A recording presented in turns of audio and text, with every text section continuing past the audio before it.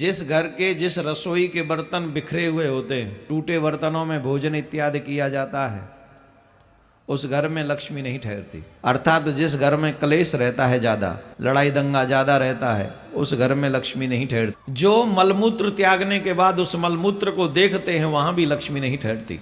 है तो सही महाराज, पर ठहरती नहीं, रुकती नहीं। रुकवाएं, कौन कौन चाहता है रुक जाए?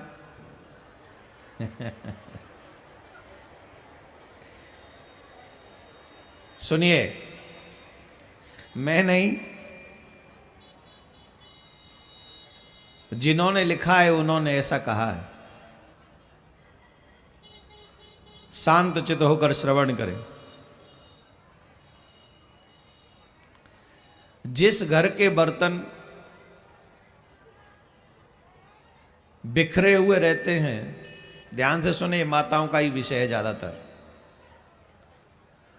जिस घर के जिस रसोई के बर्तन बिखरे हुए होते हैं, एक स्थान पर टिके हुए नहीं रहते हैं, जिस रसोई के बर्तन टूटे हुए होते हैं, टूटे बर्तनों में भोजन इत्यादि किया जाता है, उस घर में लक्ष्मी नहीं ठहरती। जिस घर में स्त्री पति के विपरीत होती है, पति ऑलवेज स्त्री से लड़ता ही रहता है, अर्थात जिस घर में क्लेश रहता है ज़्यादा, लड़ाई दंगा ज़्यादा रहता है, उस घर में लक्ष्मी नहीं ठहरती। अब आप किसी के यहाँ गेस्ट बन के जाओ और वहाँ किसी के यहाँ लड़ाई हो रही हो, तो आप भी नहीं रुकना पसंद करेंगे। तो आप लोग देख लीजिए कि हमारे घरों में क्या हाल होता है, किस तरीके का विवाद होता है, हम सब जानते हैं। इसलिए पति पत्नी को आपस में ज़्यादा लड़ना झगड़ना नहीं चाहिए। जहाँ ज़्यादा लड़ाई झगड़ा होता है, वहाँ लक्ष्मी ज़्यादा देर तक उनके यहाँ स्थिर नहीं रहती है। जिस घर की बहन बेटियाँ दूसरों के घरों में घूमने में लगी रहती हैं, आप लोग देखते होंगे आजकल ये बड़ा प्रचलन है, किट्टी पार्टी, फलानी पार्टी, ढिमकी पार्टी। पति गए जॉब पे, पत्नी गई पार्टी में।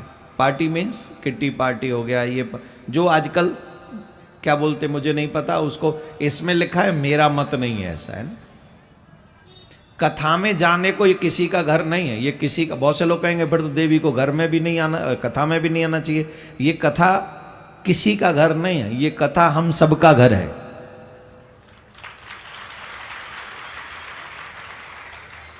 वैसे भी आप और हम पहले से ही सुनते आए हैं, चाहे बेटी कितनी प्यारी हो, पर घर घर डुलाना, यही संस्कार हैं हमारे। और आज के युग में तो बिल्कुल भी सेफ नहीं है। लक्ष्मी उस घर में अवश्य ठहरती हैं जहां देवियां, कन्याएं सुलक्षणा होती हैं, सुंदर आचरण करती हैं, व्यवहार करती हैं, वहां जरूर ठहर जाती। तो इसमें लिखा है, जहां लज्जा का त्याग कर दे लक्ष्मी, वहां नहीं ठहरती। जहां देवी कन्याएं घर घर डोलती हैं, उनके घर में लक्ष्मी ज़्यादा देर नहीं। क्योंकि आपके घर में कोई गेस्ट आया और आप घर छोड़ के चले जाओ, तो वो गेस्ट कितनी देर रुकेगा आपके घर में?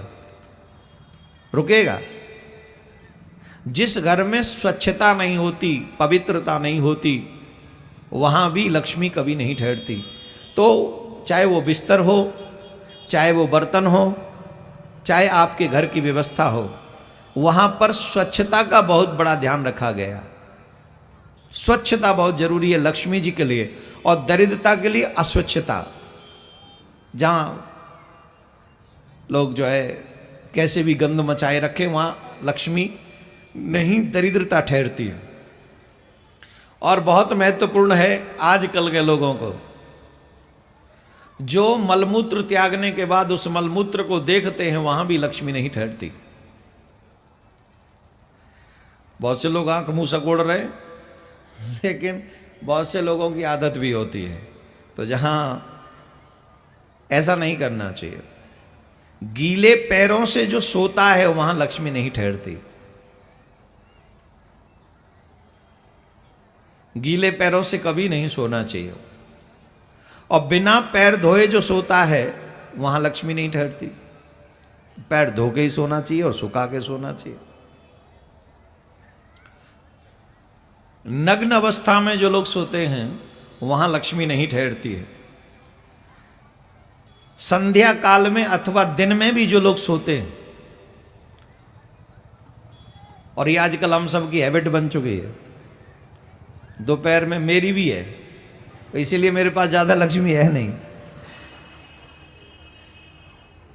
संध्याकालीन समय में और दोपहर में, दिन में मतलब सोना नहीं चाहिए, दिन सोने के लिए नहीं बनाया है, दिन हमें और 10 काम करने के लिए बनाया है।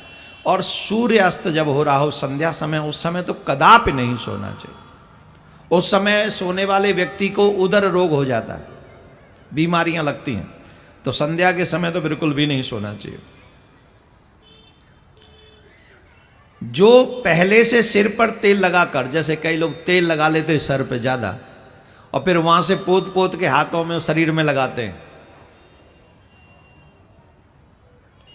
अच्छा बोलो, है कि नहीं यही बात है ना? बच गए यहां से, चलो मुंह पे पोत लो, शरीर पे पोत लो। जो सिर पे तेल लगाने के बाद शरीर पे तेल लगाते, उसी तेल को वहां से ले लेके, उनके घर में भी लक्ष्मी नहीं ठहरती। इस बात को ध्यान से सुन।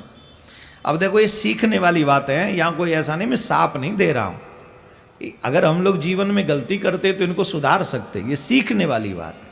कौन सी बात है? ये सीखने वाली बात, हम सीखें इस बात को। और जो व्यक्ति तेल लगाकर, तेल को अन्य अंगों पर लगाता है, मस्तक तथा शरीर पर तेल लगाकर मल मूत्र का त्याग करता है, उसकी यहां भी नहीं ठहरती। इसका मतलब तेल मल मूत्र त्यागने के बाद ही लगाना चाहिए सर पे या अंग पे। तेल जब तक सर पे हो, शरीर पे हो, तब तक हमें मलमूत्र त्यागने भी नहीं जाना चाहिए, ये ध्यान रखें। जो नमस्कार करता है तेल लगाकर, वो भी अपराध ही है। तेल सर पे लगा हो तो भगवान को जाके प्रणाम न करे, पहले सर धोए, शरीर धोए, स्नान करे, उसके बाद। माताएं बहन तो रात में लगा के सो जाती हैं तेल, और सवेरे आराम से चकाचक। लेकिन ये अच्छी बात है, रात को लगा के सो गई, सुबह जाके सर धो लिया, उसके बाद प्रणाम किया, पूजा की, कोई बुराई नहीं है इसमें। पुष्प भी तेल लगाकर नहीं तोड़ना चाहिए। जिसके शरीर और पैरों में मैल हो, मैल जमी रहती हो, उसके यहां भी ये सारे कार्य करते जिनके पास हैं, उनके यहां लक्ष्मी कभी ठहरती नहीं है। इसका मतलब है हाथ पांव को भी साफ रखना चाहिए, मैल नहीं जमने देना चाहिए। बात समझ में आ गई? सर पे तेल लगाकर न तो और अंगों पे लगाएं उस तेल को, और ना ही पूजा में जाएं, और ना ही किसी को नमस्कार करें। पहले ये अपने शरीर को, तेल को हटा ले, साबुन शैम्पू इत्यादि से, जैसे भी, उसके बाद ही हमें जाना चाहिए। और कुछ चीज़ें जो मैंने बताया कि टूटे बर्तन नहीं होने चाहिए, बर्तन इधर उधर बिखरे हुए नहीं होने चाहिए, घर में अपवित्रता, अशुद्धता, बिखराव नहीं होना चाहिए।